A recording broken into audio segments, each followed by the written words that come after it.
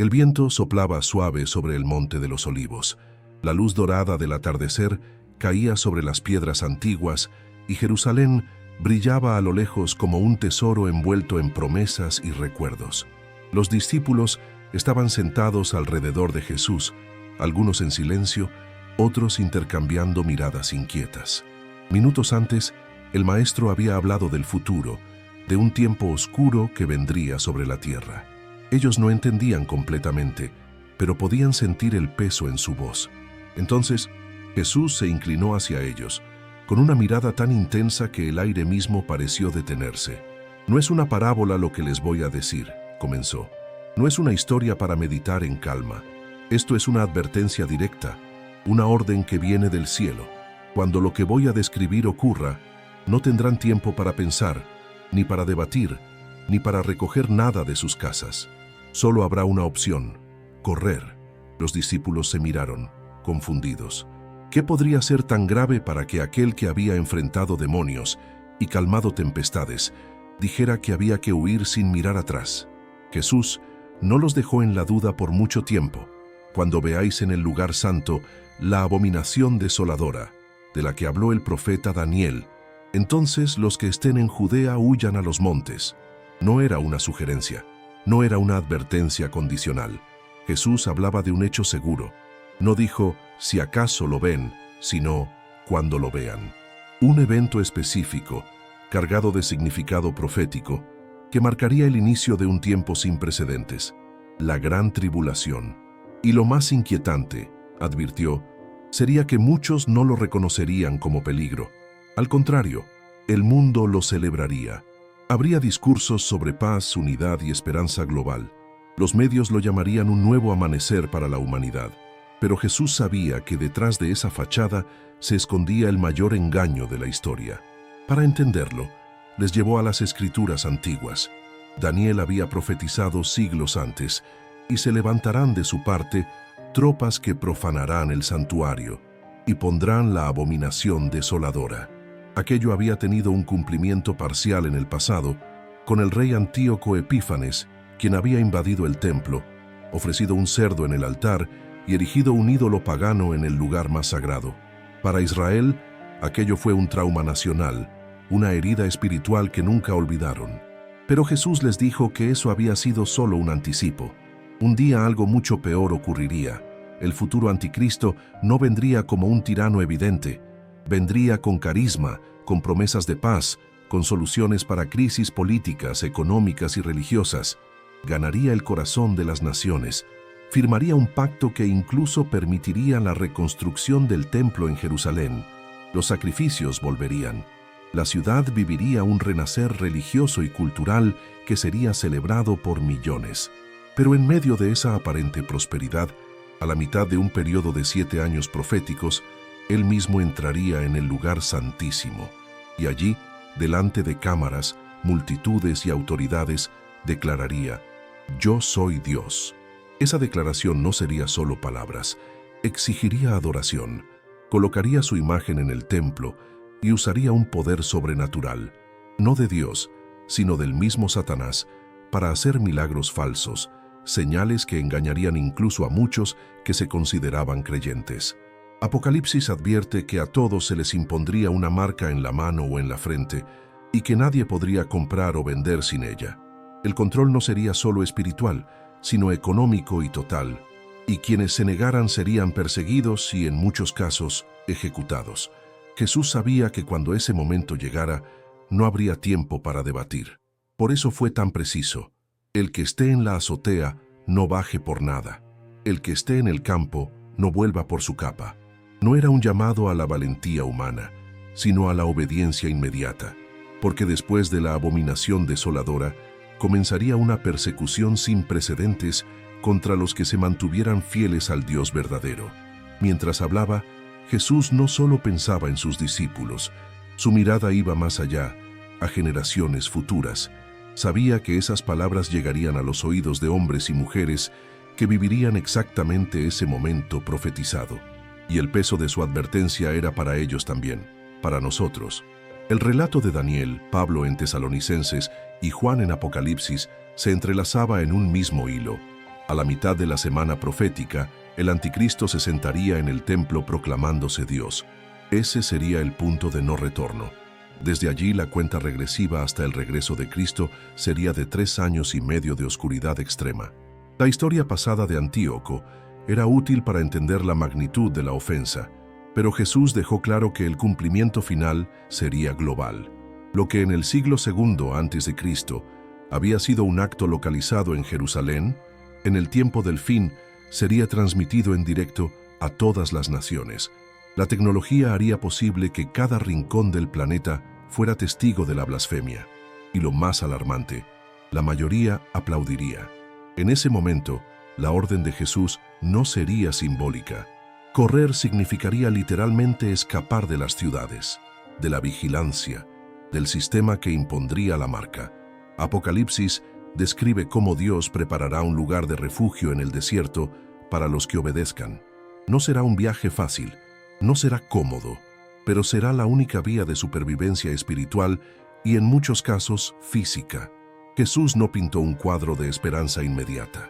Habló de días acortados por causa de los escogidos, lo que implica que incluso en el refugio, la tribulación se sentiría, pero también prometió que ese periodo tendría fin.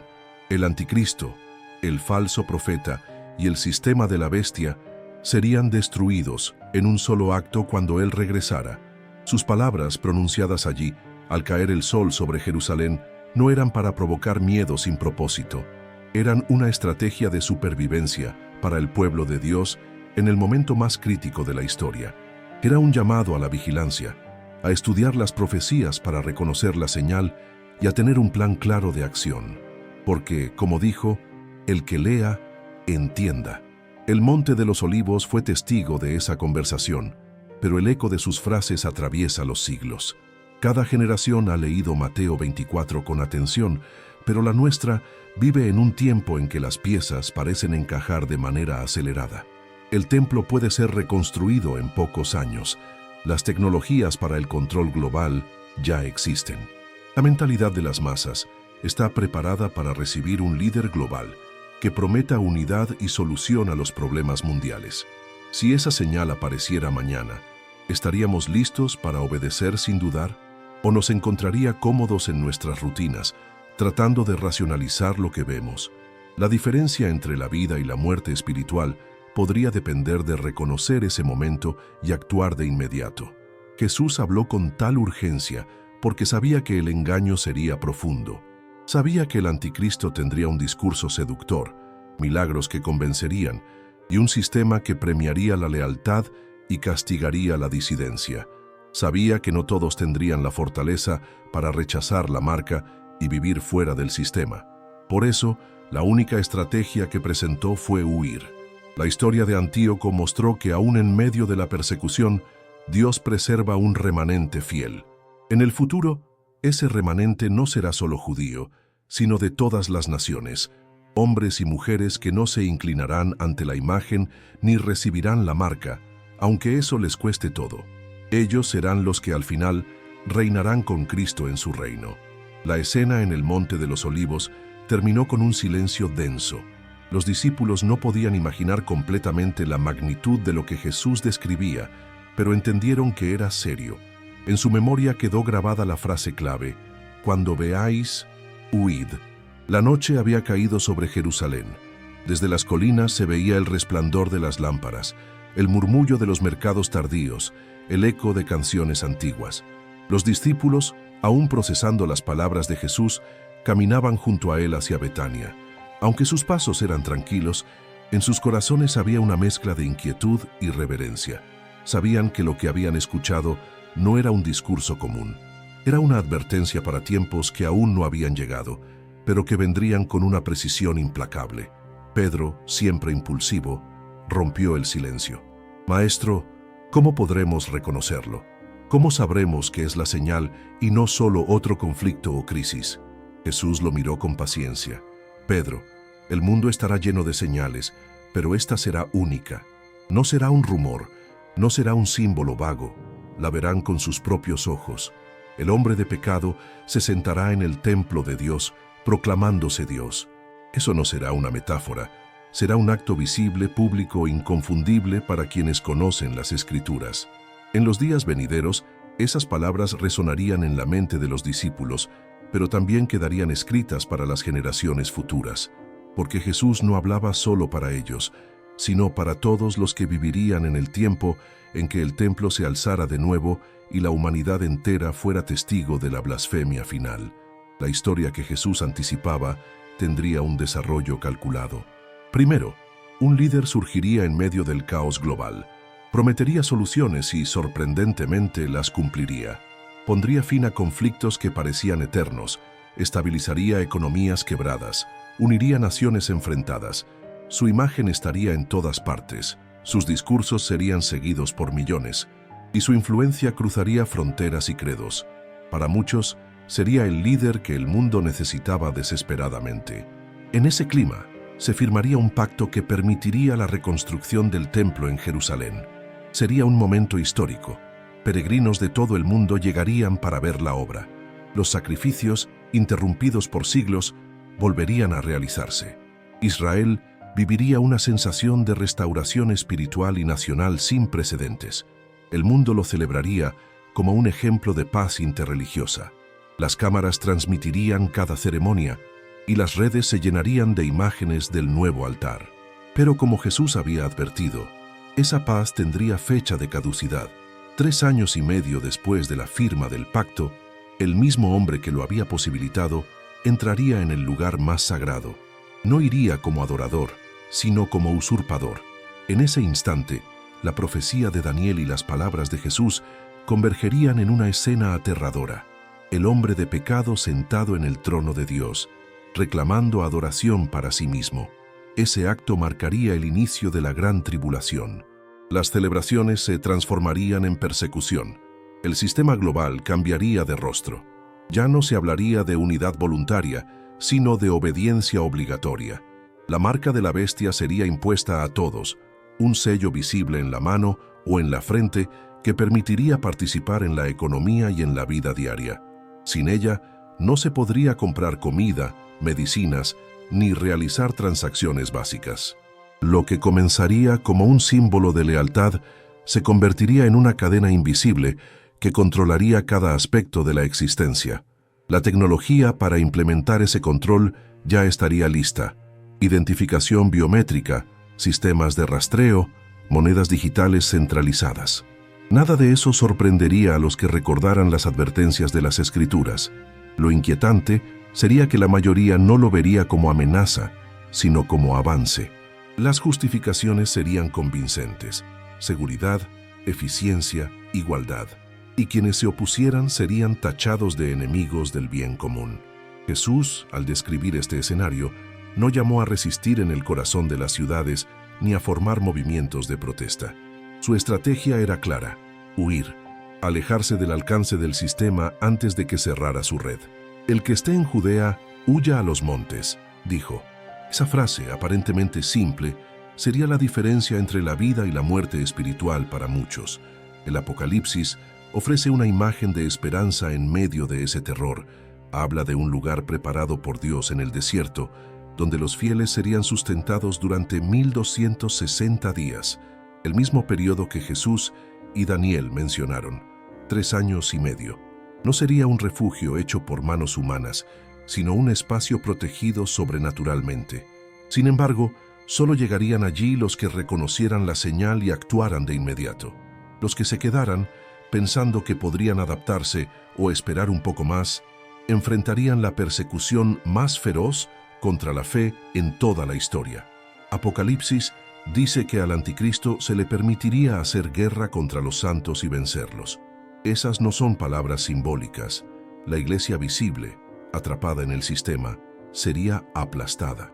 La victoria en ese tiempo sería la obediencia a la advertencia de Jesús y la perseverancia hasta el final, aunque eso implicara el martirio. Pero Jesús también dejó claro que esos días tendrían un límite, no serían eternos. Si aquellos días no fueran acortados, nadie se salvaría, pero por causa de los escogidos, aquellos días serán acortados. Esta promesa no es un alivio menor. Significa que el reinado del anticristo no durará ni un día más de lo que Dios ha determinado. La esperanza final no está en que el sistema colapse por sí mismo, sino en el regreso del verdadero Rey. Apocalipsis 19 describe el momento con una majestuosidad que contrasta con la oscuridad previa. El cielo se abre, y Jesús aparece montado en un caballo blanco, con ojos como llama de fuego y una corona en su cabeza. No viene como el cordero sacrificado, sino como el león que juzga y pelea. Con la espada que sale de su boca, la palabra de Dios, destruye a las naciones rebeldes y derriba al anticristo y al falso profeta. Ambos son lanzados vivos al lago de fuego, y su sistema se derrumba en un instante. Para los que sobrevivieron obedeciendo la advertencia de huir, para los que rechazaron la marca y se mantuvieron fieles aunque eso les costara todo, llega la recompensa. Juan vio tronos, y a los que se sentaron en ellos para juzgar. Vio las almas de los que fueron decapitados por el testimonio de Jesús y por no adorar a la bestia, y dice que vivieron y reinaron con Cristo 1000 años. El contraste es absoluto, de perseguidos a gobernantes, de fugitivos a herederos del reino. Mirando el cuadro completo, se entiende por qué Jesús insistió tanto en la claridad de la señal. La abominación desoladora no es un concepto teológico abstracto, es un evento visible, localizable en tiempo y espacio, que desencadena una cadena de sucesos proféticos inalterables. Reconocerla es cuestión de vida o muerte espiritual. No se trata de predecir la fecha, sino de estar preparados para actuar cuando ocurra. Hoy, leyendo estas palabras, no podemos quedarnos como espectadores pasivos. La preparación no empieza el día que veamos al hombre de pecado en el templo. Empieza ahora con un corazón firme en la verdad, una mente entrenada en las Escrituras y una disposición a obedecer sin vacilar. Significa vivir desprendidos de aquello que nos impediría correr si fuera necesario. Significa no dejarnos seducir por un evangelio que busque comodidad antes que fidelidad. El Monte de los Olivos sigue en pie. Jerusalén sigue esperando. El mundo sigue girando, aparentemente en paz, mientras las piezas se mueven silenciosamente hacia el cumplimiento de lo que Jesús dijo. No sabemos el día ni la hora, pero sí sabemos la señal, y cuando aparezca, no habrá tiempo para buscar más explicaciones.